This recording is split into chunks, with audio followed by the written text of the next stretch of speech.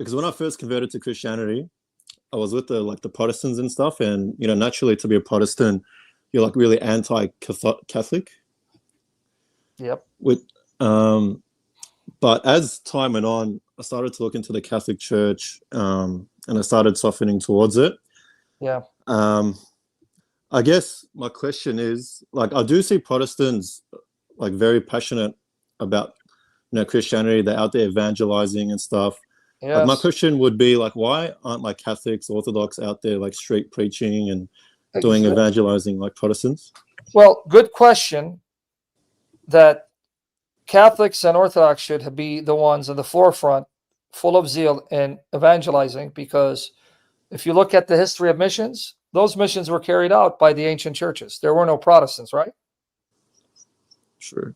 So before the 16th century, who went all over the world converting all these Aborigines?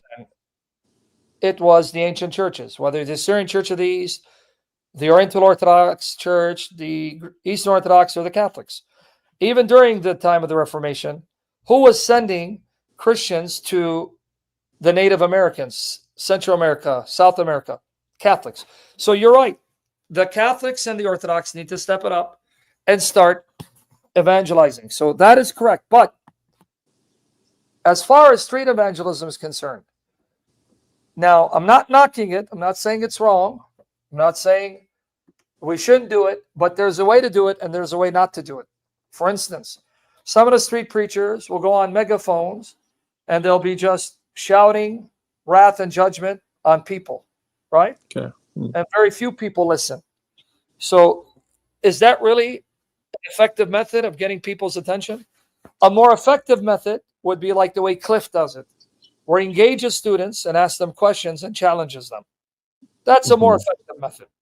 That is something you'll see that even Paul would go into amphitheaters, he'd go to synagogues, or he'd go, in places where the public gathered, and he would engage them and ask questions and answer questions. So the way Cliff does it, right, that's the way it should be done. Not just going on a megaphone, hey, God hates sin and homosexuality, and, you're going to go to hell. No, right? So the way Cliff is doing it, right, engage. Well, here's my question. Well, here's the answer to your question. Engage. That way I say yes.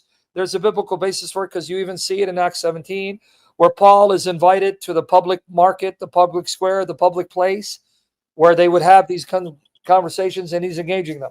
So yes, this is a rebuke of Catholics and Orthodox. They need to be doing it. They need to be out there. They need to be confrontational. I agree with you. Yeah, I heard one of the Orthodox and Catholics argue that because Catholicism spread to the four corners of the earth, right?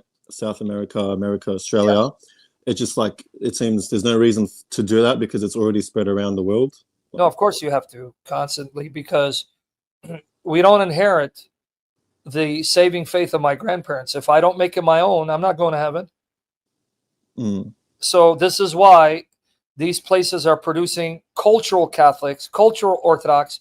Well, my parents are Catholic, or my grandparents were, but there's no passion because they don't make it their own. That means they need to be reached. They need to be catechized. They need to be challenged. They need to be called to repentance. They need to be shown why they must believe. Yeah, okay.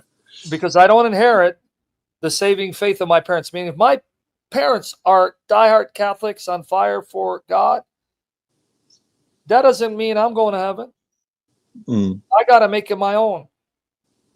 If I don't make it my own, all that means is I'll be more responsible, more morally culpable, because I was put in an environment where I did have the true religion and did nothing with it and took it for granted.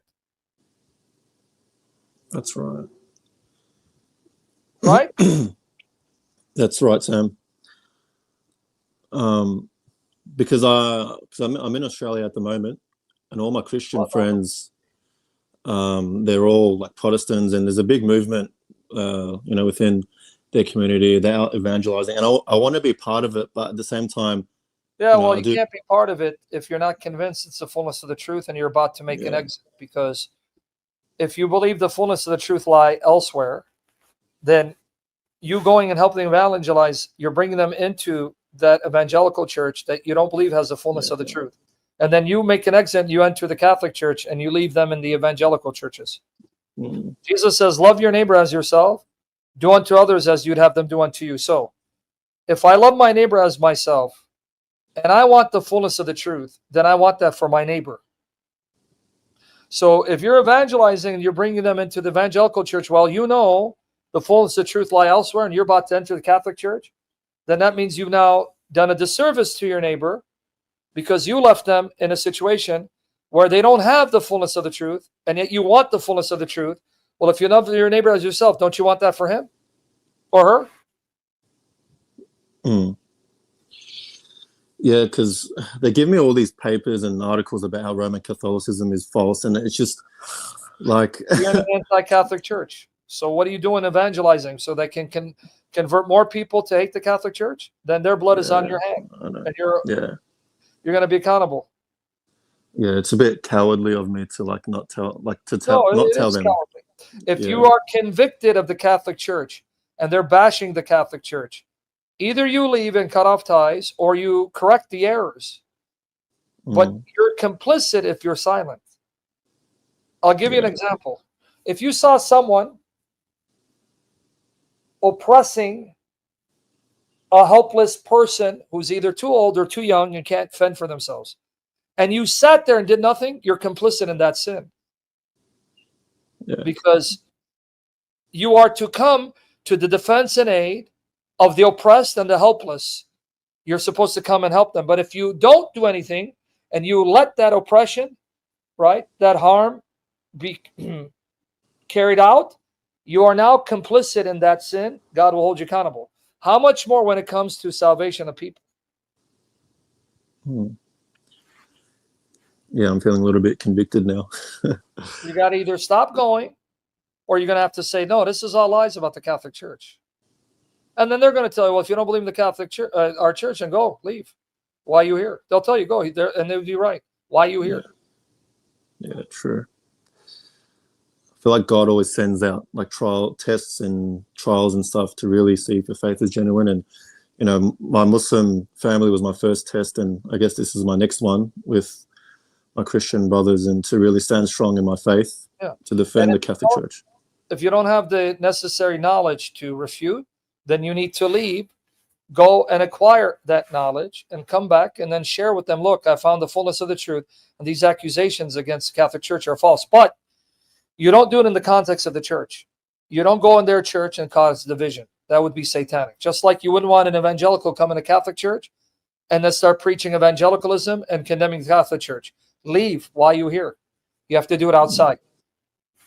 Yeah, no, that's right. You want others as you have them do unto you. You wouldn't like it if a Muslim came, or an evangelical came, or whoever it is, and start preaching in the Catholic Church, contrary to the teaching of the Catholic Church, and condemning its teaching. You wouldn't like that. Well, don't do that to them. Yeah, go to the evangelical church and do that. Don't go to the mosque and do that. Meet them outside. Yeah, it's a good point. Very good point. Right. Yeah. Any other questions? Thank you. No, thank you. And I do want to say before I head off, you know, you're a big part of my journey to Christianity. Do you remember that? Well, it was recent. Your debate on Fresh and Fit, Jay Dyer and yes, there's two Muslims. What happened there? Yeah, you destroyed them. No, glory to trying God. Pray, God, fill me with the Spirit, and I finish the race, practice what I preach, and remain humble. I plan on destroying and burying Muslim metaphysician if he's man enough to debate me on Patrick Bet-David and Muhammad Hijab. I'm going to bury them worse by the power of Jesus Christ, as long as these dogs show up. So it's going to be worse. Muhammad Hijab is finished, man. He's not even... Yeah, I don't think he's going to accept. But he's been barking against Patrick Bet-David, and he's been calling him out. But Muhammad Hijab, I think it's over, because the sexual scandals are so big that he's probably going to have to disappear because of all the Muslim women that he deceived into Messiah marriages just to have sex with them and dump them. The receipts are out. He's been now exposed, documented by Muslims, not non-Muslims. Him, Ali, Dawa, and also from EF Dawa. A couple of them were complicit. They were all working together, creating fake websites using AI technology disguised voices. It all came out. And I prayed that young lady who was actually misled by Muhammad to be pretty much his prostitute. He would meet her in hotels and sleep with her, saying we're married, and then dumped her. I pray she leaves Islam and come to Christ, because part of the story was she actually appeared on, I don't know whose channel. She appeared on either God Logic's channel and Christian Prince, but she actually went to a Christian channels looking for answers to questions. And now, after what happened between her and Muhammad, her entire foundation is rocked and shaken that a Muslim would do that to her. Yeah, and glory to Jesus Christ for exposing them, because they are the face of the Islamic apologetic scene, and you know God is doing his part in exposing them, and we give glory to Jesus for that. But yeah, hijab has to disappear. Well, maybe now he will. But I pray that dog, Muslim metaphysician, shows up, because I will bury him and destroy him by the power of Jesus Christ. I'll bury him like Jesus buried Muhammad in hell. I'm going to silence that dog once and for all, like it did Daniel. In Jesus' name, because my confidence is in him. So pray for that. Yeah, well, I'll pray for that. I'll pray for you and your daughters as well. I'm always supporting you. And yeah, keep doing the Lord's work. And God bless you, bro. Lord bless you, brother.